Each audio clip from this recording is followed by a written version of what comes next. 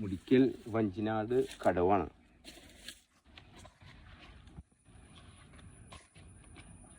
ഇതിലൊക്കെ അടുത്തുണ്ടായിരുന്നു, ഇപ്പോൾ കടത്തില്ല. ഇപ്പോൾ ജങ്കാറും കാര്യങ്ങളൊക്കെ വന്നേക്കണായിരുന്നതുകൊണ്ട് ഇപ്പോൾ കടത്തില്ല.